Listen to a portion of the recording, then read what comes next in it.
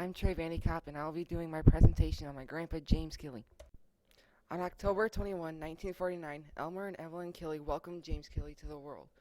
He had blue eyes, he weighed 5 pounds and 2 ounces, and bright blonde hair. After his arrival, James later welcomed his brother Dale.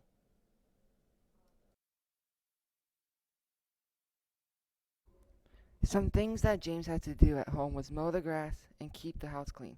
James was able to start school when he was 5 years old. He went to Hillsbeaver Creek.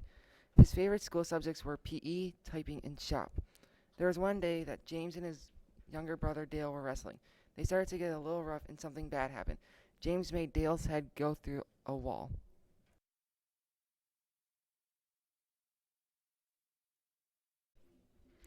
After high school, James went into the Air Force. He was part of the security police, so he would direct traffic and drive armored personnel.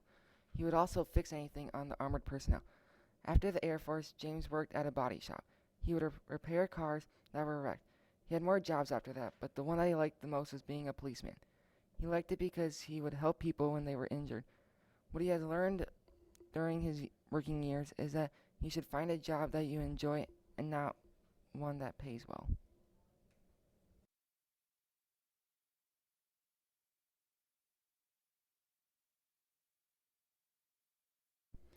On October 28, 1967, James and Connie got married. Their first house together was in an apartment in Jackson, Minnesota.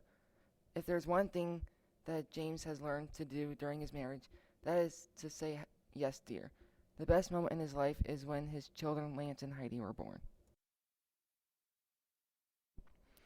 One night, while James was deployed, a VC snuck into the base that he was staying at and had a satchel charge. That VC threw it into an area with all the bombs the planes would use. For 12 hours straight, James said that he watched those bombs blow up.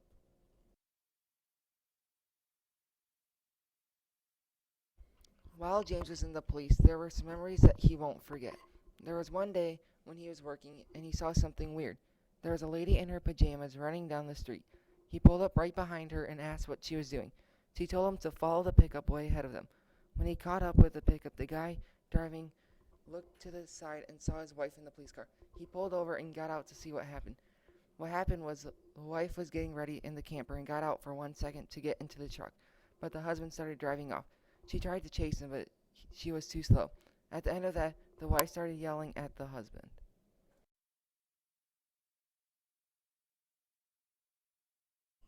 Another day, while James was working, he saw two ladies in a car, and you could tell that they were talking. He followed them because they drove right through a red light. He turned on his lights, but they didn't pull over. He pulled up right next to them and pointed over for them to pull over, and they didn't. So he turned on his sirens. They got so scared that the lady driving drove into the ditch. When she came out of her car, she was mad and yelling at my grandpa.